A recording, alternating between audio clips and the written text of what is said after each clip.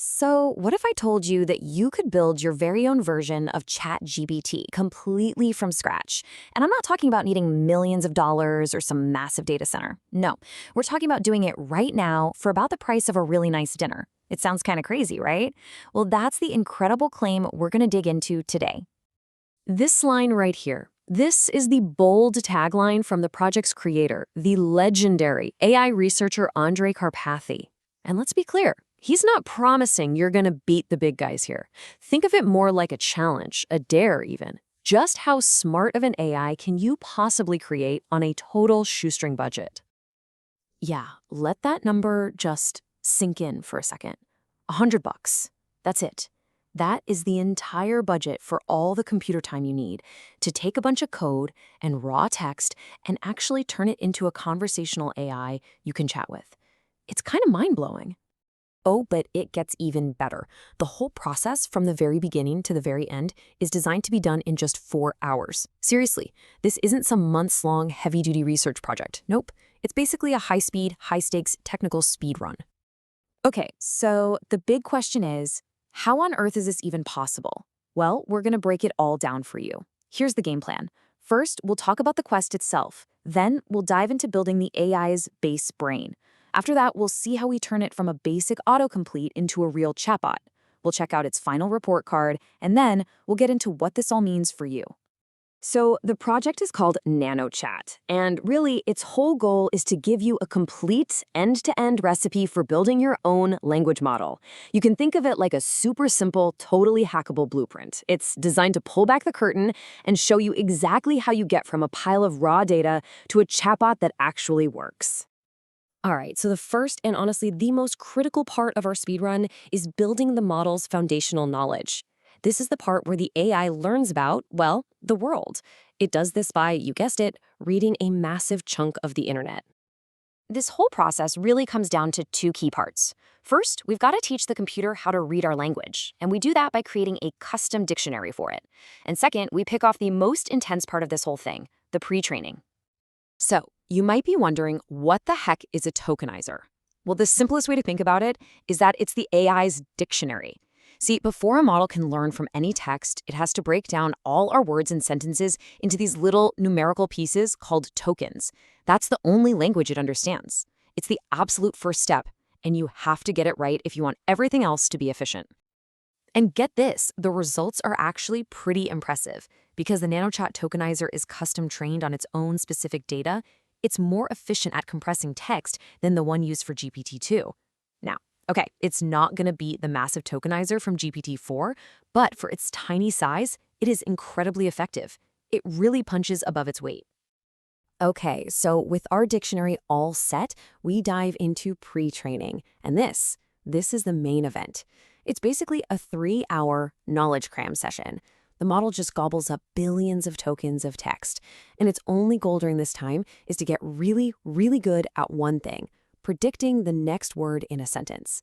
This is how it learns all its facts, grammar, and all those language patterns. So, after those 3 hours, what do we actually have? Well, we've got a base brain. It knows stuff, right? It knows Paris is the capital of France. It can list the planets. But at its core, it's really just a very, very sophisticated autocomplete. If you ask it a simple math problem, it's just going to guess based on patterns it's seen before. It has knowledge, for sure, but it doesn't have reasoning. Not yet. All right, so we've got our fact-based autocomplete. Pretty cool. But now comes the fun part, turning it into something you can actually talk to. This is where we teach our little AI the art of conversation. And this whole transformation happens through a process called fine-tuning. We're going to break it into 2 really quick stages. First step is midtraining, where the model picks up some new skills. And then second is supervised fine-tuning, or SFT, where we really polish its conversational style. Now, this mid-training part is just fascinating. It only takes about 8 minutes. That's it. But the AI learns an incredible amount. It learns the whole back and forth structure of a chat. It learns how to answer multiple choice questions, which is a brand new skill for it. And it even learns when to use tools, like a calculator. It's like a rapid personality transplant for our little AI. So, after all that, what's the end result actually like to talk to? Well, Karpathy himself puts it perfectly. He says, it's a bit like talking to a kindergartner. And that's a great way to think about it. It's smart, it's learned a ton, but its abilities are definitely still developing. It's enthusiastic, it knows things, but yeah, it's probably not going to write a prize-winning novel for you just yet. Okay, now for the moment of truth. We've built our model, we've trained it, we've taught it how to chat. But how well did our $100 AI actually do? It's time to look at the numbers. And this table, wow, it just brilliantly illustrates the model's whole journey. Just look at the columns here. The initial base model, it has a solid core score. That's just a measure of its general knowledge. But then, look what happens after mid-training and that final fine-tuning. New skills literally appear out of nowhere.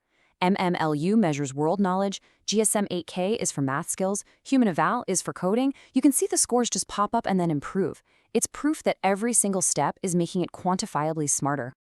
And you can really see the impact of those super short fine-tuning stages right here. This chart shows the chat core score, which basically sums up its conversational abilities. And just notice that clear, measurable jump that happens after just a quick 7-minute fine-tuning stage. It just goes to show every little bit of training really helps. So the final stats, the moment of truth, the entire process, all the way up to a chat-ready model, clocked in at just 3 hours and 51 minutes. And the total cost, a measly $92.40. So yeah, it successfully came in under that 4-hour, $100 challenge, with plenty of change left over for a celebratory ice cream. But you know, this whole project isn't really about just proving you can build a cheap AI. The bigger goal here is to make the entire process of creating an AI more accessible, more transparent, really to empower anyone to experiment and build on top of this work. The whole philosophy behind nanochat is just built on simplicity. The code is meant to be readable and minimal. There are no confusing frameworks or layers of abstraction. The whole point is for it to be a strong baseline, a starting point that basically invites you to grab the code, change the data, tweak the parameters, and just see what you can create. And that really brings us to the final big question for you. This project proves that building a custom AI isn't some multi-million-dollar thing anymore. It's actually within reach for students, for hobbyists, for creators, for you. So if you had this power, if you had this $100 recipe, what would you build?